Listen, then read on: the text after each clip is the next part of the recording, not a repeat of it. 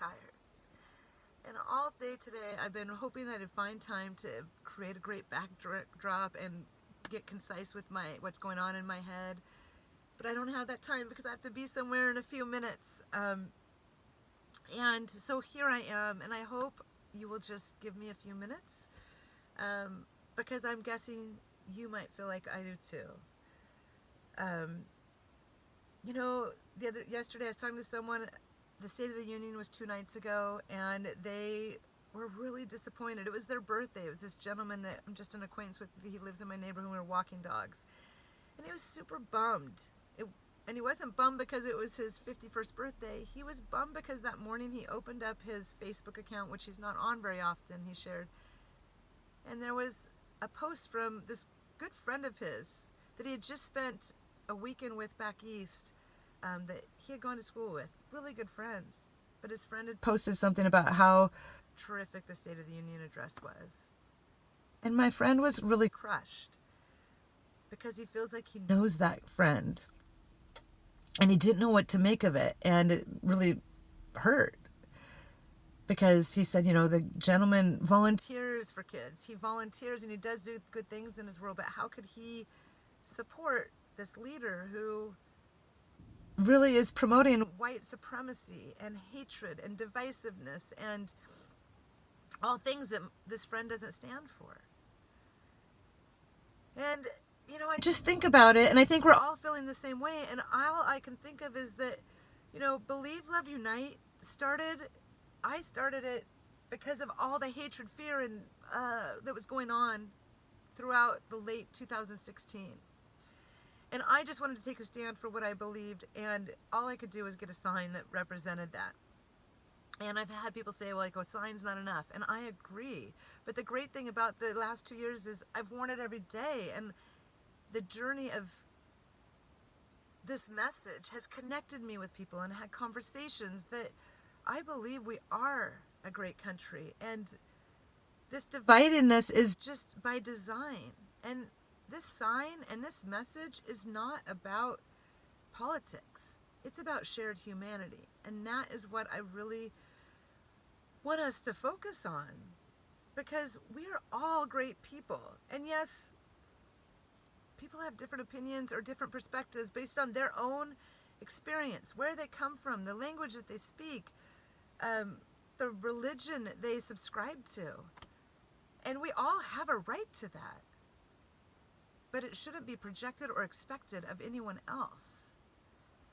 And when we can sit and learn from each other and hear each other as individuals and try to understand why people have beliefs that they have, we can't change everyone, but we can listen and grow and learn.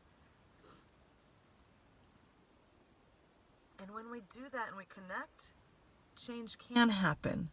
Because I believe that we all are more the same than we are different. But we're acting out of fear, and that fear is sending us further down. But we can't let that overwhelm us. We have to stand up for what we believe. And I really believe in people and spreading love and making eye contact and trying to just smile at the world. And the world smiles back. I mean, it's definitely, I think, it's selfish. Because my world is so much better and enriched by the people that I meet and the lessons that they teach me and the growth that I have, because sometimes it's super uncomfortable. But being a part of Believe, Love, Unite, I don't live the best environmentally conscious life. I have water as life on here. And if I was truthful, I have so much more to learn. But guess what? There's people that can teach me. If I was truthful, I might want to shut down and not tell you that I'm not the best conservationist of how I consume and packaging and water usage in my house and sustainability.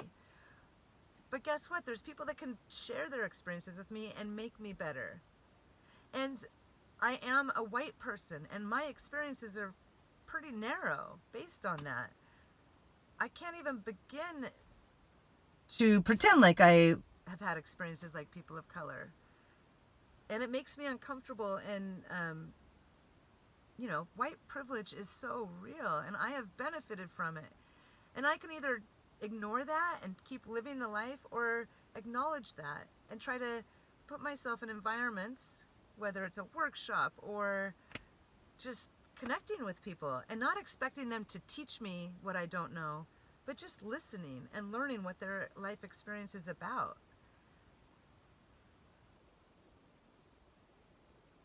That's what happens when we stand up and connect with the world around us, learning.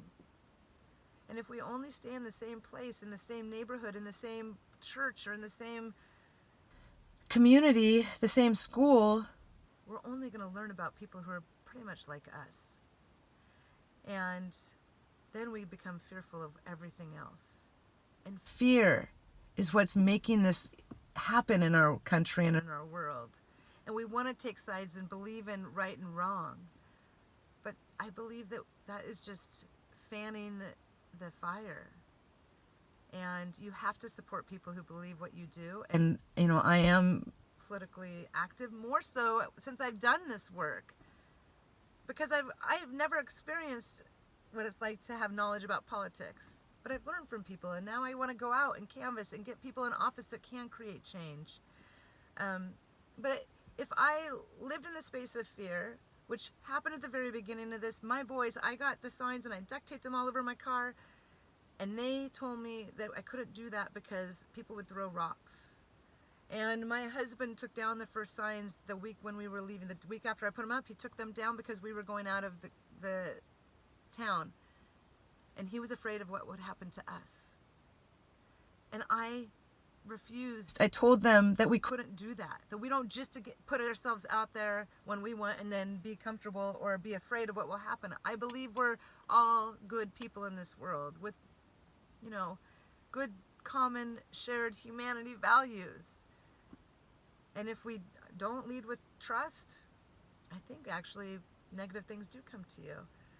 And had I listened to them, I wouldn't have gone past a month. But the whole experience of 2 years of connecting with new people, it has enriched my life. And I really believe the more we can stand up for what we believe, acknowledge that we don't have all the answers, that we don't have to be right, but we need to listen, and we need to connect with people who are not like us and learn and love. That is where unity happens. And I am so passionate about this work. Not because, what was crazy in the first 6 months, people kept saying, how many signs have you sold? How much have you donated? And those are not metrics that I cared about. And I didn't even have the answer for them because I was working so hard to just keep moving forward and spreading the message.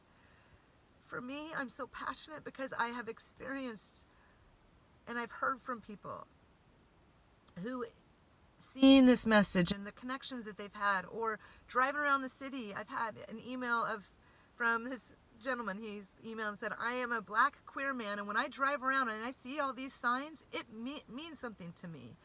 It means that people care about people like me, and I can't listen to all the negative about what is raining down on me, that people don't love people like me. And so if we can just blanket this country with messages of love and shared humanity, and stand up and not dig our feet in about what's wrong and the hatred for other people, change can happen. And that's it. And I can't believe I've been talking for 9 minutes, and I'm so tired of hearing my voice all the time, and that's what keeps me quiet too. But I don't want to stay quiet, and we shouldn't stay quiet. We can't stay quiet, and especially white people cannot stay quiet. You need to be uncomfortable. We need to stretch ourselves and learn. I have 2 boys. Lucky me, 2 white boys. I don't have to change the world for them because the world has been set up for them. But I don't want them to live in the world that creates horrible outcomes and inequity, and actually raises men that are afraid to admit their vulnerabilities, and creates the men that caused the Me Too movement, creates vices and alcoholism and a lot of midlife crisis. I don't want my boys to live in that world. I want them to know that they can share when they're uncomfortable, share that they don't have the answers, learn from the people around them, and get better perspective to be a better human.